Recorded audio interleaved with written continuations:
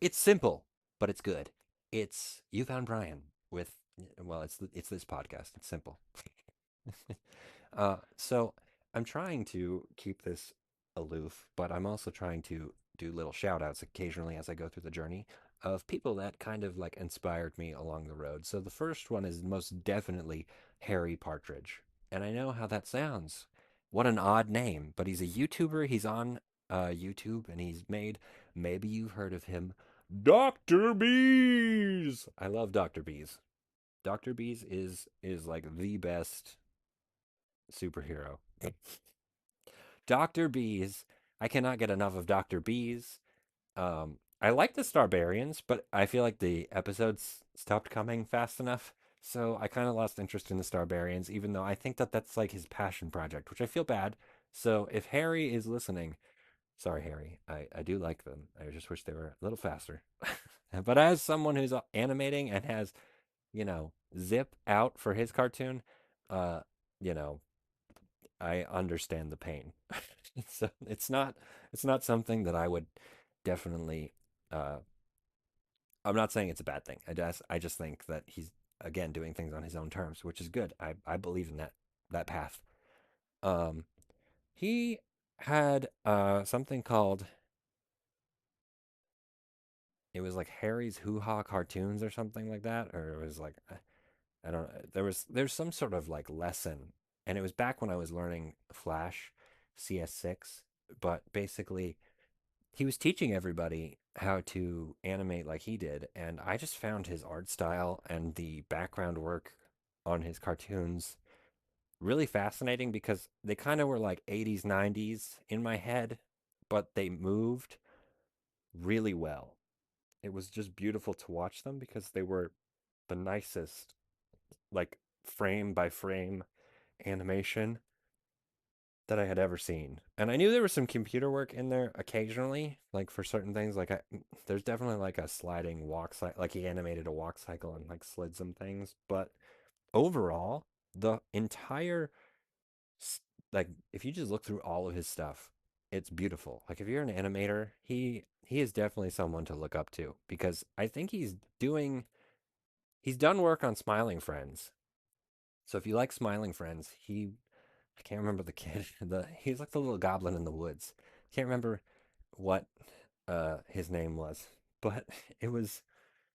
I knew his voice immediately when I heard it. It's not really.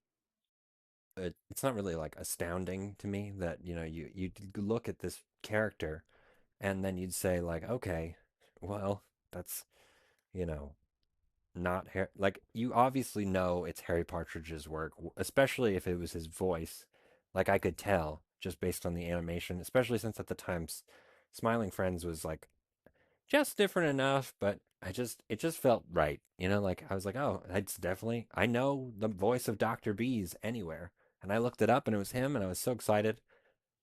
It's nice to see he's doing things in like a professional standard out there, but I bet you it takes a lot of time, which is why Starbarians is clearly not making him enough money on YouTube. Like this is the pinnacle, Harry. If you're listening, how much money do you make, man? Like, cause you have, he's got to be at 1 million followers by right now. Like, he's not Mr. Beast, but he's making some views, and I really feel like it's just there's got to be something. There's got to be a secret to you know he's got to be making some sort of income from this because obviously why would you keep posting to YouTube if you weren't? But, you know, he really the video themselves, I wonder how much he gets just from short animations versus long animations and does it fund his cartoons enough? Like he's a really good animator and I think he cuts corners and I only say that because most animators try to like cut corners in a nice way. So like if you can cut down on a couple frames or cut down on like if you can just make like a picture and get the same emphasis that you would rather than like you wouldn't want to draw every frame and then like slide animate like a moving character. Sometimes it's just a mouth moving. Sometimes it's just mouth and eyes. Like sometimes it's just like a frozen picture of Dr. Bees there's a lot. I've really studied Harry Partridge as like a animation endeavor. Like it was a really in-depth, like if you go watch the animations, you'll see what I mean. But it just looks so Cartoon Network esque. It's like he should have jobs constantly, or just people should just give him money. As far as I'm concerned, like just give that man money. If I ever have the opportunity to even just speak with him, like I kind of had like a moment where he was doing like a fundraiser thing for Starbarians, and I was on I was on YouTube and he was doing a live video, but you could basically pay to ask a question. And I was like, I'll give him money, like right now, because you basically started me on my journey. Like you're the reason that I felt like I could do what I did.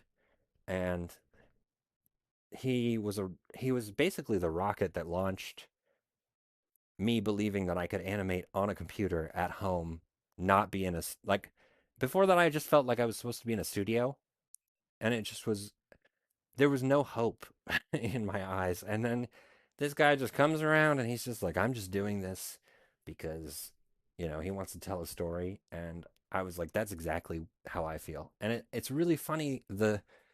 I asked him some questions because I was having a little bit of like not doubts, but it's just been a long time. Like I've been working on my cartoon forever. And I was just like, what do you do for this? And what do you do for that? And really, he's in no different of a place than I am. It's just he obviously has a million followers, and right now I'm doing a podcast with 337 or something like that at this point. So do I hope things improve? Yeah. Will they? Of course they will. This is the time to just really believe in yourself. So I'm gonna keep it shorter this time. I'm gonna keep it like in the 10-minute range. But if you're gonna watch anyone on YouTube, um, especially when it comes to animation, Harry Partridge, because there are the Justin Bieber show. He has a lot of his original YouTube videos that he made in Flash CS6. I think they got re-uploaded in like one big blurb, like they're just like one long video, and you kind of have to look at them. Like if you like all the old animations, I don't remember what he called it, but they're basically up there. Um, I think I've, as far as I'm concerned, they have aged well. I think it's something that I can go back and rewatch, and it's not just like I feel like nostalgic about it, but it's like I feel good watching it because I feel like YouTube is like, okay, we're gonna pay him. And I kind of hope that someday I have that kind of thing going on where it's like people are, whether they've seen my stuff or not, they're like watching it and they're like, I'll rewatch it just because I know it pays him, or I'll play his playlist just because, here you go. Here's some money. Like repetitive watching, like really pays off on YouTube. So like if imagine if I could get a million people to just like watch one playlist like 50 times. I don't know what that would get me money wise.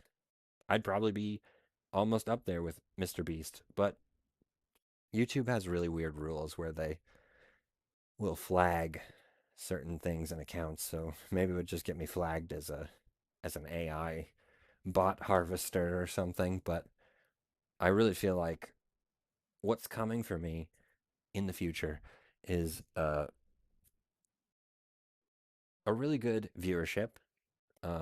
Animation is slow for me, and like I said, Harry Partridge has been good old Harry. He's been a real inspiration to me because he really feels like someone. If I met him in person, I could definitely talk to him. Simon Squibb seems like that too, but also I didn't get the friendliest vibe. Like he might have just been tired, but his live seemed like he was a little grumpy. So like Harry is like a genuine person all around. I feel like he was present when he was talking to things, and he really answered like my questions so nicely and genuinely that I was like, you know what? Like I gave him I think I paid him twice, and I was like, I don't have a question. This is just for you. Like I was just like, good, thank you. Like you've restored faith in my journey. And sometimes That's all you need. Keep it simple.